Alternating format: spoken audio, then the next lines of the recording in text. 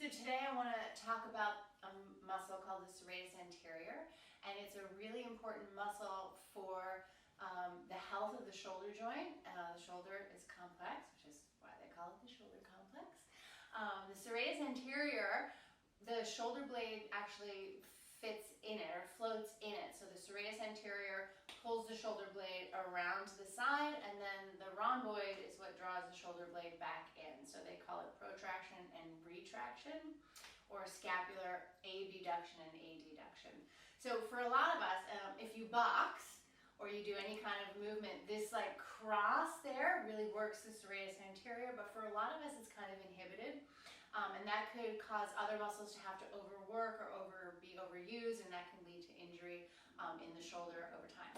So there's an exercise from the exercise world and the PT world called Serratus Push Ups, and I love it. And every time I teach the anatomy of the shoulders, I like to have the group do it. They don't love it, but it's really good, and if you do it a lot, you'll get really good at it, and you might feel that there's less compression in the shoulder. So we start on all fours. And so a lot of you, if you're doing yoga, you know cat and cow or cat and dog or just waving the spine. So that's a spinal movement on the inhale and on the exhale. So the scapula push-ups, or serratus push-ups, is more of just feeling like the back window of the heart between the shoulder blades is going to lift up towards the ceiling. So instead of waving the spine, it's more of a push of the hand and a widening of the shoulder blades. And it's one of these things that it's really like you can kind of do it, but then that last quarter of an inch or half an inch is really where, right there, all the work happens. And then it's a drawing together, and then a pushing away, and then together.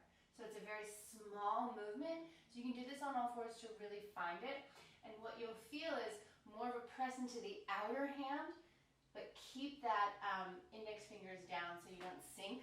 Don't bend the elbows, so keep the frame of collarbones to the wrist, and really just lift the back of the heart up towards the ceiling. And then eventually, you can get more of a full body workout, and you can do it in plank as well. So looking forward, and it's just that.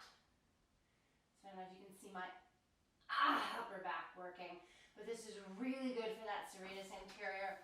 Really draw that shoulder blade wide, which is going to help you in all these movements where the arms are overhead.